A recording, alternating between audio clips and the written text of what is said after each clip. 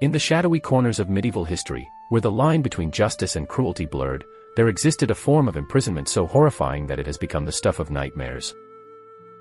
This is the tale of the Oubliette, a place of forgotten souls and unimaginable torment. Imagine being sentenced to a fate worse than death, a living entombment where time loses all meaning, and hope is but a fleeting memory.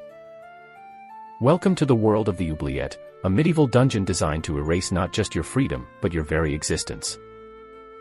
The dungeon, the concept of imprisonment as we know it today, was virtually non-existent in the early Middle Ages. Criminals were often fined, maimed, or executed.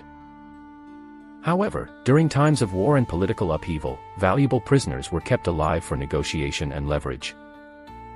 Yet, only the most influential captives were held for extended periods. The incarceration of common criminals was deemed neither worth the effort nor the expense. But there was one exception, a place so dreadful that it struck fear into the hearts of all who knew of its existence.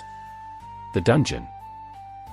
Hidden beneath the cold stone fortresses of medieval Europe, these dungeons were not mere holding cells but chambers of despair. Here, the unlucky few were subjected to conditions so inhumane that death often seemed a merciful release. The dungeon was a labyrinth of darkness, where the only light came from the faint glimmer of torches that cast eerie shadows on the damp walls. The air was thick with the stench of decay, and the cries of the tormented echoed through the halls. It was a place where time stood still, and the outside world ceased to exist. The bottle. Yet, even within the horrors of the dungeon, there was a fate far worse. Known as the bottle, this was a small, cramped cell designed to break the spirit of even the strongest prisoners. The name itself was a grim metaphor, as the cell was shaped like a bottle, narrow at the top and widening at the bottom. Prisoners were lowered into this abyss through a small hatch, often with nothing but a rope to cling to. Once inside, the prisoner was left to languish in complete darkness, with barely enough room to move. The walls were slick with moisture, and the floor was often covered in filth. Food and water were scarce, and the only human contact came from the occasional guard who would lower a meager ration through the hatch. The psychological torment of the bottle was as severe as the physical. Isolated from the world, the prisoner's mind would begin to unravel. Days turned into weeks, and weeks into months, with no sense of time or hope of escape. Many went mad, their screams echoing through the dungeon like the wails of the damned. The Oubliette. But the true horror of the medieval dungeon lay in its deepest, darkest recesses. The Oubliette. Derived from the French word oublier, meaning to forget, the Oubliette was a place where prisoners were sent to be forgotten.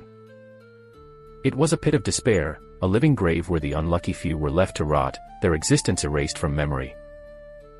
The Oubliette was a small, vertical shaft, often no more than a few feet wide, plunging deep into the earth.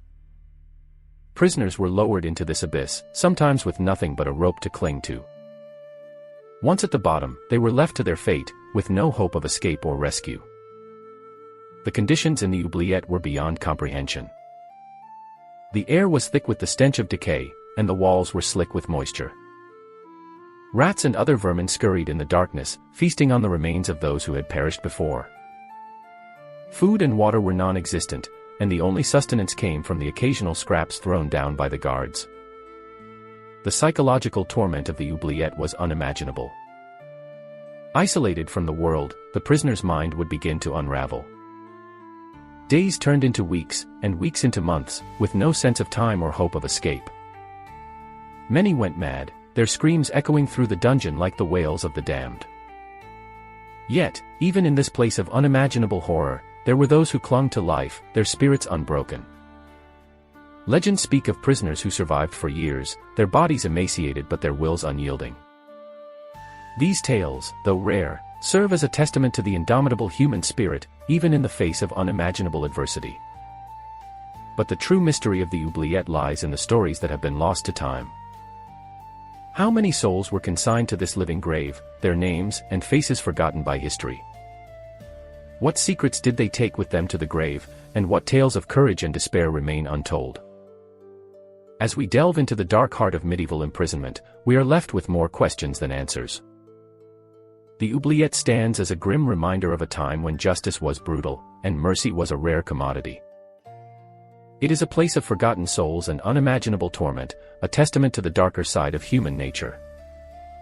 And so, we leave you with this chilling thought. In the shadowy corners of history, there are places where the line between reality and nightmare blurs. The Oubliette is one such place, a living grave where the echoes of the past still linger, whispering tales of horror and despair. Listen closely, for you never know what secrets the darkness may reveal.